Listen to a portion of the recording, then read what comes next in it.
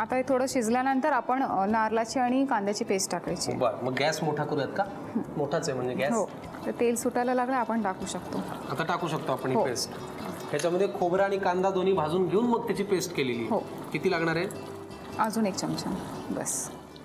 Ginger गार्लिकची paste पण टाकू. बरं, आपण ती मॅरिनेट करताना पण घातली हो होती ना? हो, आता फक्त 1 चमचा.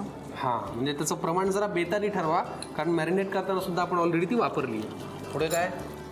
पुढे मसाला एकजीव झाल्यानंतर आपण लाल तिखट आणि हे हळद वगैरे टाकणार आहोत. काश्मीरी लाल मिरची पावडर. हो. आणि लाल तिखट. बघा, थोडीशी आणखी काश्मीरी पावडर. आता काश्मीरी लाल मिरची पावडर बघा. आणखी गरम मसाला, हळद. गरम मसाला आणि हळद. हो, हळद किती लागणार आहे? बस पुढे. आता आपण मीठ टाकू शकतो. थोडं मीठ जेवढं ग्रेव्ही पुरतं आहे आपल्याला मीठ तेवढंच टाकायला लागेल, कारण आपण मॅरिनेट करतानाही मीठ टाकलेलं आहे, होतं आणि भातात सुद्धा मीठ ऑलरेडी आहे. बरं, पुरे इतकं? हो या ग्रेव्हीला उकळी पण आली आणि त्याला तेल पण सुटलंय. हो, आता आपल्याला फिशचे पीस करून ह्याच्यामध्ये टाकायचे आहेत. बरं, ठीक. मी ह्याचे पीसेस करते. बरं. आता ह्याला पीसेस करायचे आहेत आपल्याला. बस. ह्याच्यात काटा मोस्टली नसतो. बरं, आपण हे असं पीस करून घालू शकतो. बरं. ग्रेव्हीमध्ये ती कुपा फिश सोडायची. हो, ह्याला असं अलगद मिक्स करून घ्यायचं आहे बरं. आणि याला 5 मिनिटं ठेवून द्यायचं आहे. झाकून ठेवून द्यायचंय. हो. बरं, 5 मिनिटं आपण याला झाकून ठेवूयात. पुढची कृती काय असणार आहे आपली? पुढची कुठे आपण लेयर्स लावून घ्यायचे आहेत. बरं, जे बिर्याणीला एरवी लेअरिंग असतं ते आपल्याला हो, करून करून घ्यायचं. घ्यायचंय. चला, कुपा बिर्याणीसाठी लागणारे 2 महत्त्वाचे टप्पे आपण पार केले. लेअरिंगकडे जाऊयात, पण त्याआधी जरा 5 मिनिटं थांबूयात आणि मग जाऊया. कुपा बिर्याणीसाठी जी आपण ग्रेव्ही तयार केली होती तिला आता वाफ आलेली असेल. हो. आपण तोही गॅस चालू ठेवलाय आणि हे भांडं सुद्धा गॅसवरती ठेवलंय. आता आपण हा गॅस बंद करू शकतो, ऑलमोस्ट झालेला आहे. झालेलं आहे. मग गॅस बंद करूयात. हो. ओके, पुढे. आता ह्याच्यामध्ये मी थोडं तूप टाकणार. बरं, तशी रेसिपी वेळ खाऊ आहे हो, हो, म्हणजे अगदी तब्येतीने करायला लागते. तुम्हाला रिझल्ट्सही भेटतील त्याचे. अरे वा, क्या बात आहे.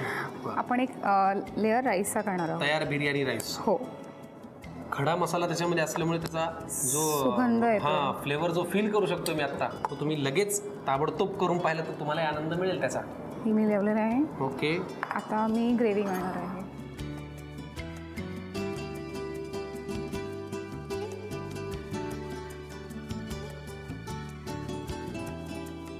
जी ग्रेव्ही आहे जी आपण फिश साठी केली ती आपण त्याच्यामध्ये घातली. हो. आता पूर्ण एक मी राईस भाताचा हो लेअर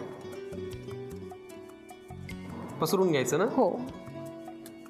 पुढे आता आपण पटॅटोज लावून घ्यायचे. अरे वा, घ्या.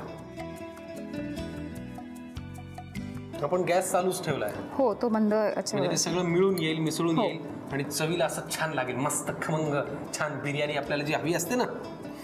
आता फ्राईड अनियन, तळून घेतलेले कांद्याचे काप. आता वरून कोथिंबीर टाकायची. कोथिंबीर, हे काम मी करतो. हा, हो. पुरे इतकी. हो, बरं, झाली बिर्याणी तयार. आता आपण याला फॉईल लावून घेऊया. बरं, फॉईल पेपर.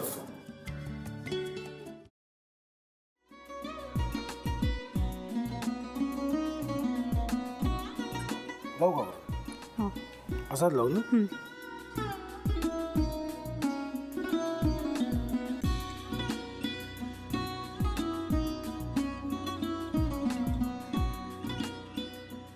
आता काय करायचंय? आता आपण ड्राय स्टफिंग दुसरं काय करणार आपण त्यात? आपण ह्याच्यात मेयोनीज न टाकता बाकीचे सगळे साहित्य टाकायचे. अच्छा, हे सगळं. रितू, माझा तर विश्वासच बसत नाहीये. म्हणजे अगं बहिणी आमचं लग्न व्हावं म्हणून किती प्रयत्न करत होते आणि ते सगळं करताना की शिवच्या आम्हाला माहिती पुरवते. नाही, मला नाही वाटत. गौरी खूप चांगली आहेस गं, म्हणून तुला सगळं जगत चांगलं दिसतं. पण शिव उगाच बोलला असेल का? त्याच्यावर विश्वास नाहीये का तुझा? शिववर पूर्ण विश्वास आहे मी तुम्हाला. पण तो आता हे जे काही करतोय ना, म्हणजे निशा बहिणी समोर त्या राधिका सोबत फिरण्याचं नाटक वगैरे, ते त्याचा काही उपयोग होणार नाहीये. अगं असं कसं म्हणतो? अगं निलिमा, जतीन भाईंचा कॉल आहे. हो माहितीये. रिसीव कर ना.